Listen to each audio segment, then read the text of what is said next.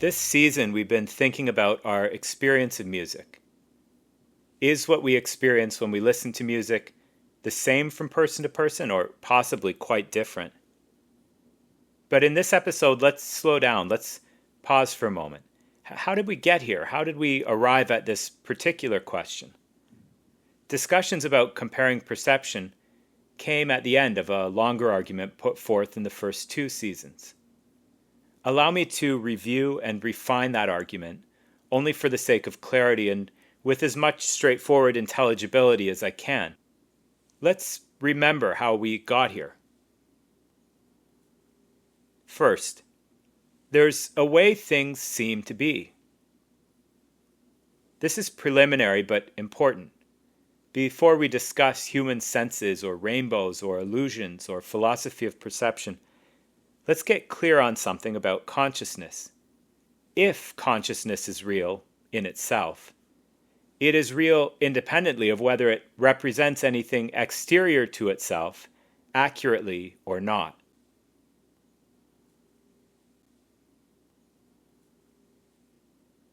In other words, we might say that the claim that consciousness is real is only the claim that there is a way things seem to be. Second, human beings aspire to apprehend reality as it really is, and not merely as it seems to be. Reality, of course, is what it is, quite independently of anything we might think or know about it. Yet we aspire in some way to represent it to ourselves, and that with accuracy. Important journal entry, Star Map, Draft 1. I call it the Big Dipper. That name should hold unless I find a larger one. Unlikely. But I wonder, is my propensity to connect the dots scientific or merely, hey, look, a big bear? Third, scientific objectivity seems to address a problem in philosophy of perception. Philosophy of perception asks a fundamental question: is what we see when we look at the world representative of what is really there? For example, when we look at colors or a sunrise or rainbows. Is the picture our senses give us the world as it really is, or only as it seems to be? To be brief, we might answer that A, we are in touch with the real world, but that B, our senses sometimes distort, illusions and so forth. And additionally that C, our unaided senses have many limitations. We cannot see, for example, the particles that comprise the ordinary objects in the room. What then? If reality is either inaccessible or distorted or only partially accessible to us by our ordinary senses, what's our next move? Here I think scientific objectivity comes in. A new way of seeing the world which is not directly perceiving it at all, but rather constructing an objective, conceptual view of it, whatever colors or sunrises or rainbows might have seemed to be in direct apprehension. We will now instead present these to ourselves in a new way, in concepts, or in laws, or in theories, or in mathematical descriptions. A different mode of representation delivered to ourselves by ourselves to represent the world as it really is. Fourth, this puts a damper on things. The utility of our ordinary humanity, our senses and our ordinary apprehensions, seems in some sense downgraded by all of this. Certainly we may still enjoy a good bottle of wine or conversation or go to the symphony. Nothing forbids us. But technically, what we are enjoying is no longer contact with reality per se, but rather we enjoy the way things seem to be. For isn't wine really what fluid dynamics describes and what chemistry tells, and not what it seems to me in experience?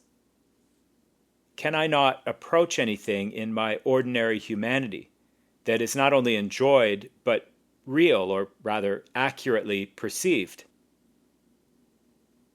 Fifth, but rewind. an unchecked assumption was made in the philosophy of perception. Before we can ask whether our senses are accurate, we might ask this: accurate compared to what? What do we presume our senses are meant to represent? The question may seem daft. The answer is obvious. The real world, of course. When I look at a chair. When I look at a table. Yet behind any itemized list of what our senses might depict is the tacit assumption, I think, of consciousness excluding physicalism. When we talk about accuracy of perception, we are unthinkingly comparing against only physical reality, as described so well by scientific objectivity. But if consciousness, if minds are real, this changes something, surely. This has implications for philosophy of perception.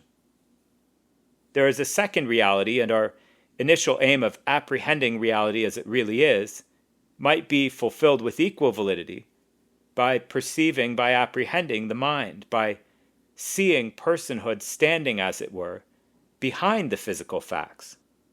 The composer behind the symphony, their intentions. The author behind the book, their communication. The winemaker, etc. If something more than the object is there, then there is something else to perceive, accurately or not. Scientific objectivity in probing the brain does not detect consciousness, but stops short, if you like, at the physical facts. It sees no further in. For to scientific objectivity, the eyes are not the window to the soul, but a wall with no one behind it. Sixth, absurd. What can be meant by viewing consciousness via direct perception? To be clear, I've tried to say that instead of asking whether our senses perceive physical reality accurately, we could ask whether our senses apprehend the reality of conscious beings behind the set of physical facts. If consciousness is real, and maybe I should add, not adequately characterized by or identical with the physical facts, then the accurate apprehension of consciousness, inaccessible to scientific objectivity, is as legitimate an object of perception as any, and no less real.